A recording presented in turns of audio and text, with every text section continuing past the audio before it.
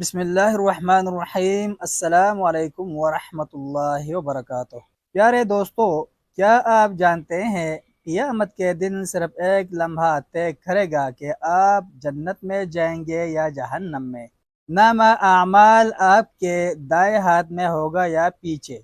سورہ الانشقاق آیات 7 تا 12 میں اللہ تعالیٰ نے فرمایا ہے فَأَمَّا مَنْ أُوتِيَ كِتَابَهُ بِيَمِينِهِ فسوف يحاسب حسابا يسيرا وينقلب إلى أهله مسرورا وأما من أوتي كتابه وراء ظهره فسوف يدعو ثبورا ويصلى سعيرا۔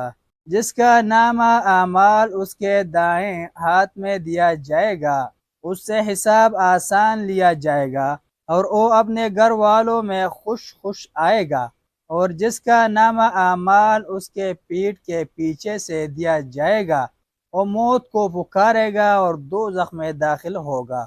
قیامت کے دن انسانوں کی کئی قسمیں ہوں گی۔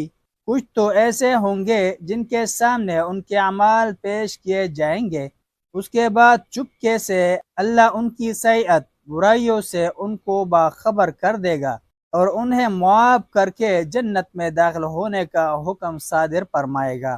کچھ لوگ ایسے ہوں گے کہ ان کا رب ہر چھوٹے بڑے گناہ میں ان کا مناقشہ کرے گا، ان کے خلاف گواہیاں گزارے گا، پھر ان کو جہنم میں جانے کا حکم دے گا۔ کچھ ایسے بھی ہوں گے جو اپنے گناہوں اور غلطیوں کے ساتھ حاضر ہوں گے اور اپنے جرم کا اقرار و اعتراف بھی کریں گے، اللہ سے اپنی کوتاہیوں کو درگزر کرنے اور بخش دینے کے لیے اپنے بعض اعمال کو بطور وسیلہ بھی پیش کریں گے۔ یہ حساب کسی سے سخت ہوگا اور کسی سے آسان۔ کچھ لوگوں کی تکریم کی جائے گی اور کچھ زجر و توبیخ کے مستحق ہوں گے۔ بعض لوگ اللہ کے پورے فضل و کرم اور عفو درگزر کے حقدار ہوں گے، اور بعض ایسے بھی ہوں گے جن کی طرف رب العباد رحمت کی نگاہ سے نہ دیکھے گا اور نہ ان سے شیرین کلام کرے گا۔ انبیاء اور رسل بھی فیصلے کے وقت لائے جائیں گے، ان سے اس امانت کے متعلق پوچھا جائے گا جس کو پہنچانے کی ذمہ داری ان پر ڈالی گئی تھی، اور ان کی امتوں کے متعلق بھی ان سے سوال کیا جائے گا۔ اسی طرح امت محمد صلی اللہ علیہ وسلم سے بھی تمام امتوں کے بارے میں پوچھا جائے گا کہ ان امتوں نے اپنے نبی کی بات مانی یا نہیں۔ یہ امت محمدیہ صلی اللہ علیہ وسلم حق کی گواہی دے گی، جو ایمان لے آئے ان کے ایمان کی، اور جس نے کفر کیا اس کی کفر کی گواہی دے گی۔ قیامت کے دن یہ فرشتے بھی گواہ بنیں گے جو انبیاء کرام، علماء اور عام بندوں کے اعمال گنا کرتے تھے۔ یہ زمین و آسمان، یہ رات و دن سب گواہی دیں گے، ساتھ ہی ساتھ انسانی اعضاء و جوارح بھی ان کے خلاف گواہی دیں گے۔ امام بخاری، امام احمد اور ان کے علاوہ دوسرے محدثین حضرت ابو سعید خدری رضی اللہ عنہ سے روایت کرتے ہیں کہ رسول اللہ صلی اللہ علیہ وسلم نے فرمایا، قیامت کے دن حضرت نوح علیہ السلام بلائے جائیں گے اور ان سے کہا جائے گا کیا آپ نے تبلیغ کر دی؟ وہ کہیں گے ہاں۔ اس کے بعد ان کی قوم بلائی جائے گی اور ان سے کہا جائے گا کیا نوح نے تمہارے رب کے احکامات تم تک پہنچائے تھے؟ تو اس وقت قوم نوح کہے گی ہمارے پاس کوئی نہیں آیا، کوئی بھی عذاب الہی سے باخبر کرنے والا نذیر نہیں آیا۔ رسول اللہ صلی اللہ علیہ وسلم فرماتے ہیں کہ اس وقت نوح سے کہا جائے گا تیرا گواہ کون ہے؟ وہ جواب دیں گے محمد صلی اللہ علیہ وسلم اور ان کی امت۔ اسی کے بارے میں قرآن نے کہا وَكَذَلِكَ جَعَلْنَاكُمْ أُمَّةً وَسَطًا، اور اسی طرح ہم نے تم میں سب سے بہتر امت بنایا۔ وسط معتدل کے معنی میں ہے۔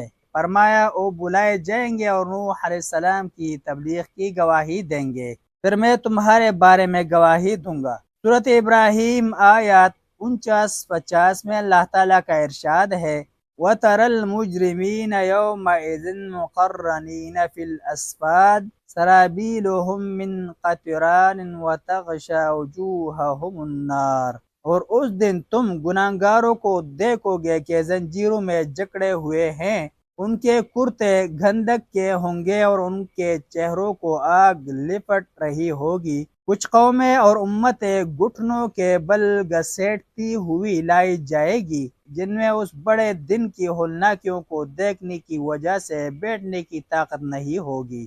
سورۃ الجاثیہ آیات 28 میں ارشاد باری تعالی ہے، وَتَرَى كُلَّ أُمَّةٍ جَاثِيَةً كُلُّ أُمَّةٍ تُدْعَىٰ إِلَىٰ كِتَابِهَا الْيَوْمَ تُجْزَوْنَ مَا كُنتُمْ تَعْمَلُونَ۔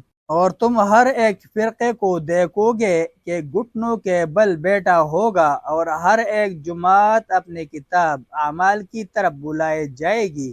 جو کچھ کرتے رہے ہو آج تم کو اس کا بدلہ دیا جائے گا۔ اس دن سے غافل رہنے والوں کے لیے بڑی ہلاکت و بربادی ہے۔ رسول اللہ صلی اللہ علیہ وسلم کا ارشاد گرامی ہے، ابن آدم قیامت کے دن اپنے رب کے سامنے 5 سوالوں کے جواب کی تکمیل تک کھڑا رہے گا۔ عمر کہاں فنا کی، جوانی کہاں برباد کی، مال کہاں سے کمایا، کیسے خرچ کیا، جو علم حاصل کیا تھا اس کے مطابق کیا عمل کیا۔ ملتے ہیں کہ نئی ویڈیو کے ساتھ۔ جزاکم اللہ خیرہ۔ السلام علیکم ورحمۃ اللہ وبرکاتہ۔